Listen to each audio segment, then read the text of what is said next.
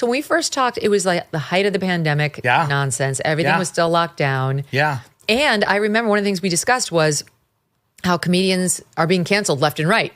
Yeah, it was a weird time. People were very uptight and people were very, tense. And there was a lot of anger and a lot of it was coming for comedy. A lot of it was pointed in that direction.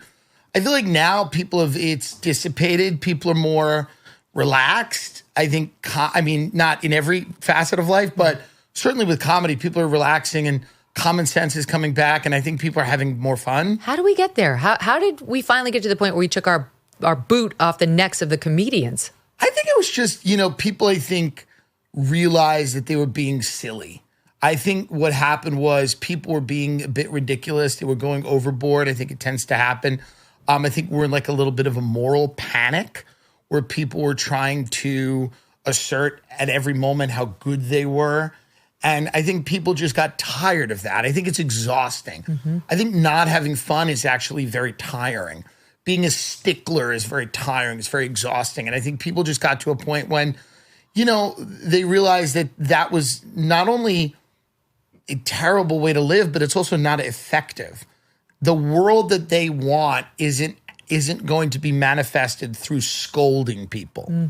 So I think they realized that. I hope you're right. Yeah. I hope we're done with that period I hope forevermore. So yeah. So it's funny because we didn't do a ton of your bio, a little bit last time that you came on, but I didn't remember that you were, you're going to love this, in my packet that my team gave me. You do the best interview, and I don't even want to say this just because I'm here, but like, you have the best people, you research, you know things. Thank you. Most people, you go to their interview and they go, so now you're a comedian? Like so no one has a clue. Well, you'll love this. Yeah. Unsuccessful child actor. Unsuccessful, failed. It's not nice. Failed. Why? Wait. Well, it didn't work. They pulled clips of you. Here you are on Sesame Street. Let's watch it. Speaking of dancing children. Now, by the way, watch. that doesn't pay. Okay, you're the public television. Blonde boy in and blue we're getting shirt. rid of it, and I'm happy. Wait, here he is with Mr. Cephalophagus. That's right. Wait, let's watch. There's an empty that's you in the back. Yeah. You might think it's not for you. That's I believe Doge has just cut the funding for this. Which I think is probably reasonable. You stole the scene. I don't understand. Yeah. I barely look at Snuffleupagus. It was a big deal when you're a little kid to do it. Totally. It was like, how did you this got not out of turn into a school. Tom Cruise-like career? It didn't turn into anything. That was the height of it. What happened? Public television was the height of it. No. I wasn't good. What? Wait a minute. I think that's the problem. We have one more. I'm gonna put it to the test. This is you on Comedy Central on a skit. Yes. Just Say No, Jay. Just Say No, Jay. Yeah. In the 1990s. Trial, was after the murders? It was after the murders. At Comedy Central had this campaign where they were trying to get people to stop watching the trial and start watching Comedy Central. Okay. So they had this Just Say No, Jay campaign. And it satirized how insane people had become with the trial. Yeah, yes. And I think I play a young kid playing like a DNA testing kit. Let's see this. Picture Not now, Trevor, down. Mom and a dog. Hey, Here you are. There's the blonde hair. Yeah. Careful, Trevor. I love that you found this. This was the height of it. Was it after that point that he told you to take the next flight? The dog shuts off the TV. And you then... Just Say No, Jay from Comedy Central. Yep. That was it? That was it. Just this that is little... the height of my career. 2 seconds. This is the height of my career. Nothing except that. Years of auditioning, going into the city, nothing. Nothing? That was it. That's really sad. The 2 things you just played were it. We didn't leave any gold out there. And the saddest thing, we'd have holiday parties. We're Irish. We'd have big family parties. And we'd play that. We'd play that. So the whole, everybody would be there. Very everybody would be like, oh, he did something? Let's see it. Yeah, your mom's like, let me show you Timmy. That. Okay. And then it's just a bunch of drunk, red-faced Irish people watching me dance with Snuffleupagus going, okay. Well, Irish people are brutally honest. They're brutally honest. Fortunately, I'm sure you really got it. Yeah. So that may have led to chapter 2, which my team describes as discovered cocaine and alcohol at 13. Discovered it. Discovered it, developed a relationship with it, which was... sounds. Yeah, discovered. I like that. By the way, it's the nicest way I've ever heard it described. Discovered it. Yeah, I was a wild kid, and I had Is it because of your child acting? It was probably because of that. Also because my parents were I loved them both. They were just boomers and they were a little checked out. Parenting was a little different back then. Very. It was not as intense as it is now. There was no tracker on a phone that knew where I was. You would go to the park. You would ride your bike. You would leave. And I had a lot of older friends, and they were into drugs. And I got into it through them. And, it was a little bit of a wild ride for about 10 years. Oh, really? About 10 years. And now 15 years sober of all things. So nothing. You don't drink, Nothing. you don't do anything. Nothing. So it's kind of a blessing. It's a good thing to get out of your system young. I mean, not that young. That was like when you can still save your liver, it's like if you stop drinking at 25 or whatever. Yeah, I stopped drinking at 25 and, but it was a time where I learned a lot about life, doing all that stuff. I wouldn't recommend it. No, There's other ways to learn about life. If you're watching this, take a class or something. Gonna put Junior on the Tim Dillon plan. Yeah, read a book. But I learned a lot about life doing that.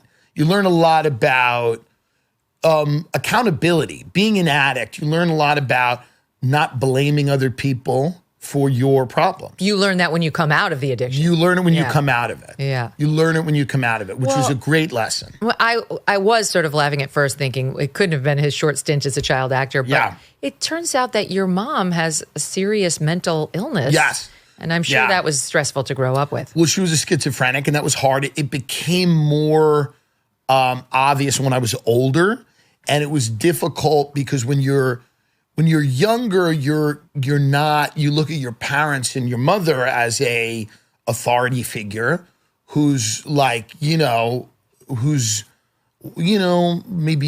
wise or certainly, integral to your growing up. And then realizing that she's a very fallible person with problems is a hard thing to realize, and then realizing you can't do anything about it. You can't really do anything about it. You have to accept it and be the best you can be and live with it and deal with it. So, I mean, I think that was something too that was difficult. Did you experience her while she was having delusions? Yeah, I mean, so an Irish Catholic family, we weren't big on the term schizophrenic. We were, for a while there, we just thought she was eccentric or fun. Right. Patty's fun. Right. She would say something. She'd go, I think your uncle is like a CIA agent or something. And we'd all go, she's a hoot. She's fun. And then we started realizing, it's a mental disorder. So it was manageable. It wasn't like... It was manageable. She worked very hard. She really, really worked. And then I think around in her 40s, it started to progress and get worse. So how do you parlay that into comedy? Or is that just more the Irish Catholic strain?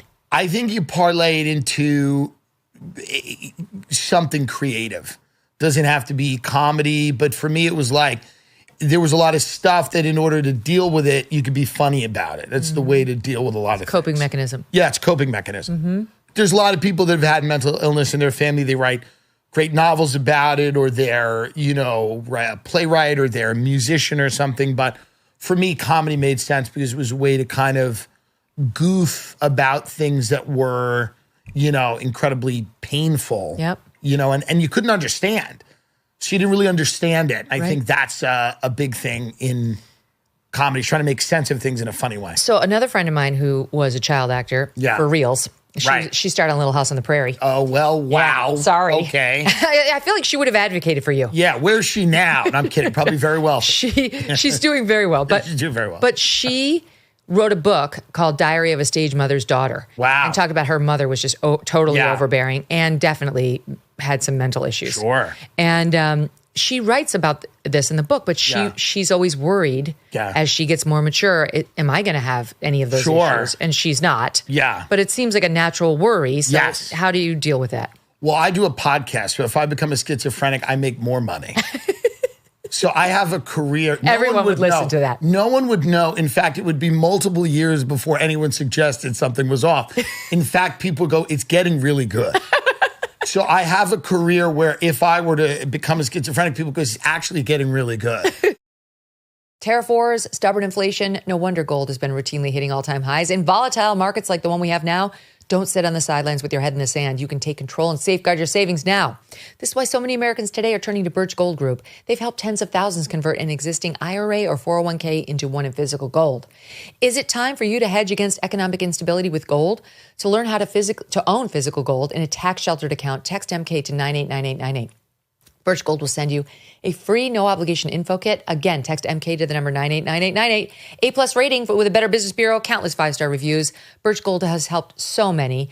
It took us decades to get into the tangled mess we're in right now. How long to get out of it? Text MK to 989898 today. Thanks so much for watching. If you like what you just saw, hit the subscribe button for more clips and full episodes.